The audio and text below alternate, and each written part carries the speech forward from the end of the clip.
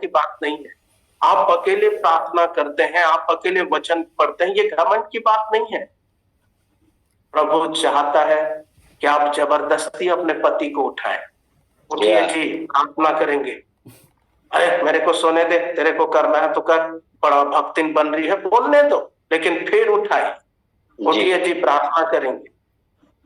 आप बेशरम बन जाइए, उठिए जी, प्रार्थना करेंगे। उठिए जी, प्रार्थना दिन करेगा करेंगे। एक समय आएगा वो खुद बोलेगा, आज क्यों नहीं बोलेगा, चल प्रार्थना करेंगे। लेकिन हम कई बार डर जाते हैं, अरे मेरे पति थक के आए हैं, थक के आए हैं, कोई बात नहीं, प्रभु की उपस्थिति में। और जब आप अपने पति के साथ बैठेंगे, जब पति लोग अपने पत्नी के साथ बैठेंगे, आप विश्वास कीजिए, प्रभु आपको इतना ऊंचाइयों में लेगा, इतना आशीषों से भरेगा, आपके घर में आपकी यात्राओं को वो आशीषित करेगा। ये मैं इसलिए बोल रहा हूं क्योंकि मेरी पत्नी के साथ जब हम बैठते हैं, सही बात है, प्रभु हमारे लिए नए नए मार्ग और द्वार को खोलता है। आमीन, आमीन, आमीन। मैं बड़ी गवाही आपको बताना चाहता हूँ। जब हम लोग 13 तारीख को नेपाल गए, उससे पहले हमारे बच्चों का फीस देने के लिए बहुत समस्या हो रहा, और हम प्रतिदिन एक प्रार्थना कर रहे थे, प्रभु हमको परमानेंट कोई ऐसा दे जो बच्चों का मदद करे। और ये प्रार्थना मेरी पत्नी भी करती थी और मैं भी करता। प्रभु हमको एक लाइन हम बोला करते थे कि प्रभु हमारे बच्चों के लिए परमानेंट कोई ऐसा दे जो हमारे बच्चों की मदद कर सके। और ऐसे करते करते 1 महीना 2 महीना हो गया। अब मोबाइल में एप्स है बच्चों के स्कूल का, दोनों बच्चों का मैं बीच बीच में देखा करता था, वो पैसा बढ़ते ही जा रहा,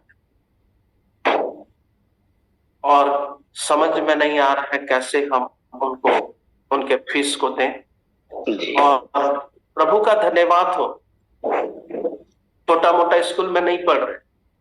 मत बोलना घमंड कर रहे हैं पास्टर, मैं आपको उत्साहित करना चाह रहा हूं, अगर आपके बच्चे भी अच्छे स्कूल में पढ़ रहे हैं तो प्रभु को धन्यवाद कीजिए। भले आप फीस नहीं दे पा रहे, कोई बात, लेकिन आप अपने बच्चों के लिए सोच रहे हैं कि मेरा बच्चा, मेरा बेटा, मेरी बेटी अच्छे स्कूल में पढ़े, तो आप बहुत अच्छे माँ बाप हैं, आप बहुत अच्छे गार्जियन हैं जो अपने बच्चों के लिए सोच रहे हैं। भले आप घर में किसी के घर में झाड़ू पोछा करने जा रहे हैं, भले आप कहीं पर जा करके मजदूरी कर रहे हैं, लेकिन आपका विचार है कि मेरा बेटा अच्छा स्कूल में पढ़े, मेरी बेटी अच्छे स्कूल में पढ़े, तो आपका विचार को परमेश्वर देखता है।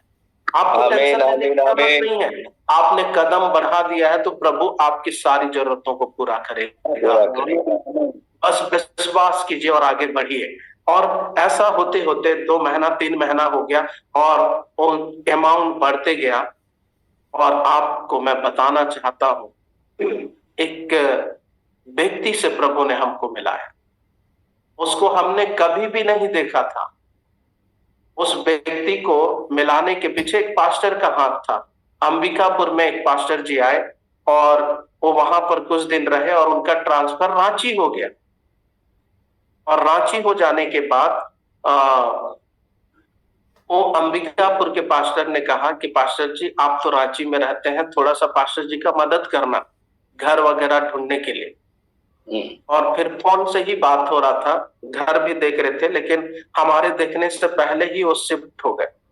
शिफ्ट होने के बाद एक दिन हम मिले उनके परिवार से, वो हमारे घर आए और आने के बाद हमने बातचीत किया। बातचीत करने के बाद आपको पता है, जब हमको कोई देता है तो कैसे देता है पता है? जब मैं पुराना शर्ट पहनूंगा या पुराना स्वेटर पहनूंगा या मेरी स्थिति गरीब जैसे होगी, तब लोग क्या करते हैं, अरे ये बेचारा है, ये बेचारा पास्टर है, इसको कुछ मदद करते। हमारा सोच ऐसा है, ऐसा देने के लिए सोचते हैं। लेकिन मैं प्रभु को धन्यवाद करता हूं, मैं और मेरा परिवार जिस घर में रहते हैं, अगर यहाँ कोई आ जाए तो वो उल्टा हमसे उम्मीद करेगा कि ये हमको कुछ देगा। प्रभु ने ऐसे घर में रखा जी। भले हमको पता है कि हमारा अकाउंट खाली है, भले हमको पता है कि हमारे जेब में कुछ भी नहीं है, लेकिन लोग ऐसा यहाँ आने के बाद उनका मन बदल जाता। तो हम लोगों को जब देते हैं तो ऐसा सोच करके देते हैं, लेकिन जब परमेश्वर देता है ना, तो परमेश्वर देखता है, नहीं, मेरी बेटी अच्छा साड़ी पहनी है, मेरा बेटा अच्छा सूट पहना है, मेरे बेटे के पास सारा सुविधा है, जिसके पास है उसे और दिया जाएगा। आमीन, आमीन, आमीन, हालेलुया, हालेलुया। आप कभी भी ये सोच करके लोगों को मत दे कि नहीं ये गरीब है इसलिए इसको देंगे, ऐसा नहीं। जो बिल्कुल रेडी है, बहुत अच्छा दिखता है, बहुत अच्छा कपड़े पहनता है, प्रभु उनको और देने के लिए कहता है। आमीन। लेकिन हम जब वो भैया हमारे घर में आए, हमने बात किया, तो उन्होंने एक बात कहा, पास्टर जी आपके लिए कुछ करना है? तो मैं बोला, पास्टर जी हमारे पास तो प्रभु ने सब कुछ दिया है, सब कुछ है, अगर आप करना चाहते हैं तो हमारे बच्चों के लिए आप कर सकते हैं तो बड़ी मेहरबानी होगी। उन्होंने कहा आप एक एप्लीकेशन लिख करके आपके स्कूल से कैंसल चेक मंगाई, और फिर हमने स्कूल से मेरे ख्याल से 80,000 से ऊपर एक एप्लीकेशन लिखा। मेरी पत्नी बोल रही है कौन 80,000 देगा जी जो आप एप्लीकेशन लिख रहे हो? मैं बोला वो दे चाहे ना दे, उन्होंने कहा है तो हमारा स्कूल का जितना भी बनता है हम लिख के देंगे। और मैंने लिख करके दे दिया। लिख करके देने के बाद नेपाल जाने के कुछ दिन पहले एक फोन आया और बोल रहा है कि आपके बच्चों का फीस पूरा जमा हो चुका है। मतलब जितना पैसा बच्चों के स्कूल के लिए चाहिए था वो सारा का सारा पैसा उन्होंने दे दिया। अब हमको इतना भर भी टेंशन नहीं। मैं बताना क्या चाह रहा, जब पति पत्नी मिल करके प्रार्थना करेंगे और जब आप मांगेंगे तो प्रभु स्वर्ग छोड़ करके वो इस धरती में आता है और हमारी मांग को पूरा करता है। आमीन, आमीन। ये हमारे लिए मैं सोचता हूँ बहुत बड़ी गवाही है, जो हमारे लिए बहुत ही दिल से जुड़ा हुआ ये गवाही है, क्योंकि ये जीवित गवाही है। इस गवाही को मैं इसलिए आपको बता रहा हूं ताकि आप प्रार्थना करें, पति पत्नी मिलकर के प्रार्थना करें, क्योंकि एक प्रार्थना कर रहा है बहुत आत्मिक है, अच्छी बात है, लेकिन दूसरा कमजोर है तो वहां पर हमारी आशीष रुक जाती है। आप प्रयास कीजिए कि आप अपने परिवार के साथ प्रार्थना करना सीख जाएं, आप अपने परिवार के साथ प्रभु की उपस्थिति में बैठना सीख जाएं, और जिस दिन आप अपने परिवार के साथ बैठ करके प्रभु की आराधना करने सीख गए, उस दिन समझ जाइए प्रभु बड़े बड़े पहाड़ों को यूं ही हटा देगा, बड़े बड़े समस्याओं को यूं ही खत्म कर देगा। उसके लिए आपको पूरे परिवार को एकजुट होना। ताली बजा के कम से कम प्रभु का धन्यवाद दीजिए। सब लोग चुपचाप बैठे हुए हैं। यस, रिसीव कीजिए, तो रिसीव कीजिए। आपको प्रभु की महिमा करना है, और यही है शैतान को हराने का सबसे बड़ा हथियार कि मैं और मेरा घराना प्रभु की सेवा है। आमीन, आमीन, आमीन। लेकिन दुख की बात है मेरे प्रियो कि हमारे जीवन में प्रभु इतनी आशीषों को दिया है, सब कुछ दिया है, लेकिन हम लोगों को देने के लिए कई बार पीछे हट जाते। और मैं आपको बताना चाहता हूं, उस देने के पीछे प्रभु की एक बड़ी प्लानिंग थी। जो व्यक्ति का ट्रांसफर कहाँ हुआ है? अंबिकापुर हुआ है। वो व्यक्ति का ट्रांसफर कैंसल होकर के कहाँ हो रहा है? रांची हो रहा है। ये प्रभु की योजना है।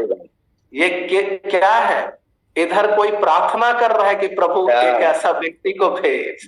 यहाँ कोई दो लोग प्रार्थना कर रहे हैं, वहां कैंसल हो गया, वो यहाँ पर आए और उनके माध्यम से प्रभु ने सारे स्कूल फीस को जमा कर दिया। और मैं प्रभु को धन्यवाद करता हूँ कि प्रभु कितना महान है। जब हम प्रार्थना में समय बिताते हैं जब हम अपना पहिलोठा प्रभु को देते हैं, प्रभु हमारे लिए नए नए मार्ग और द्वार को। आमीन आमीन। हालेलुया। इसलिए भाई बहनों, मैं आप सबसे विनती करना चाहता हूँ, अगर आपके जीवन में कितने भी दुख और समस्या क्यों ना हो, आप उस समस्या के लिए ये कुड़कुड़ाना बंद कर दीजिए कि प्रभु क्यों नहीं हो रहा, क्यों नहीं हो रहा। गलती हमसे है, गलती हमारे अंदर है, इसीलिए नहीं हो रहा है। आप बोल रहे हैं नहीं, मैं तो इतना प्रार्थना करता हूँ प्रभु, तुम अकेले करते हो, तुम अपने परिवार की चिंता नहीं करते, तुम अपने बच्चों को शिक्षा नहीं देते। प्रभु चाहता है कि पहले सेवा अपने घर में करो, उसके बाद फिर दुनिया में। आमीन आमीन हालेलुया। और जब हम अपने घर को जीत लेते हैं तो प्रभु का वचन कहता है, खाने के लिए, पहनने के लिए, रहने के लिए चिंता मत करो। Yes, hallelujah hallelujah. जो हमारा बोझ उठाता है, फिर वचन लिखता है कि मेरा प्रभु प्रतिदिन मेरा बोझ उठाता है। आमीन हालेलुया। परसों एक गवाही बता करके समाप्त करूंगा। परसों की घटना है, पत्नी बोल रही है राशन भरना है, खाने को चाहिए। एक पास्टर जी, वही पास्टर जो हमारे बच्चों को मदद किए थे, वो बोले कि पास्टर जी आपसे एक निवेदन है, और कुछ राशन आ रहा है, थोड़ा सा आप उसको ला दीजिए और फिर आपको समय मिलेगा तो मेरे घर पहुंचा दे। तो मैं 2-3 किलोमीटर, 4 किलोमीटर तक गया उस राशन को लेने के लिए गया और लेकर के आया।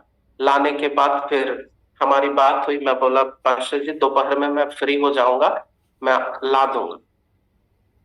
अब वो बोल रहे हैं कि वो राशन मेरे लिए नहीं है, आपके लिए। Hallelujah hallelujah.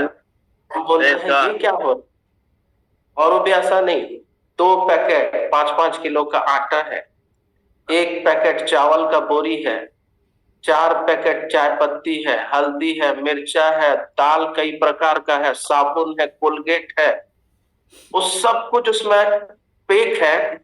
और हम बोल रहे हैं ये तो उनके पास जाना चाहिए, लेकिन ये हमारे घर में कैसे रखवा रहे हैं। प्रभु की योजना देखिए, जब आपके परिवार में प्रार्थना करते हैं तो प्रभु कहीं और जाने वाला राशन को भी आपके घर के तरफ मूव कर देते हैं।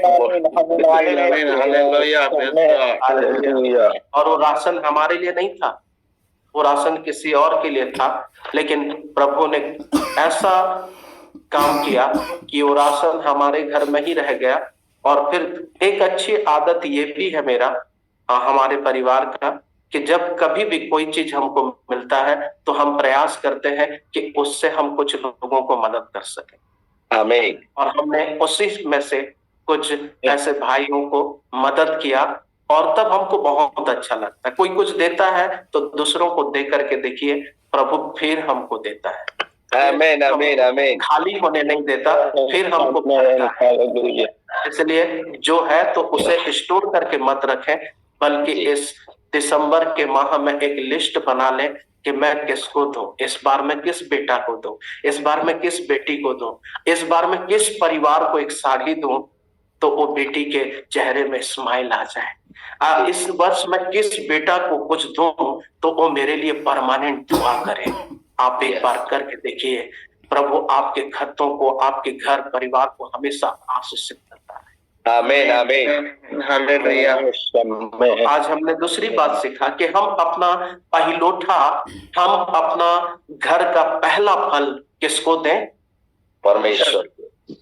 और जब आप परमेश्वर को देंगे तो मैं आपको बताना चाहता हूं, वही बच्चा ऐसे कारामात करेगा, ऐसे बड़े बड़े काम करेगा, क्योंकि वही बच्चा क्या किया, इस्राएल के लिए एक ऐसा राजा का चुनाव किया, एक ऐसा योद्धा का चुनाव किया जिसने गोलियात जैसे बड़े बड़े शत्रुओं को परास्त किया। आमीन। और जिस सामुएल ने दाऊद को चुना, उसने 150 भजन संहिता लिख दिए, गीत लिख दिए।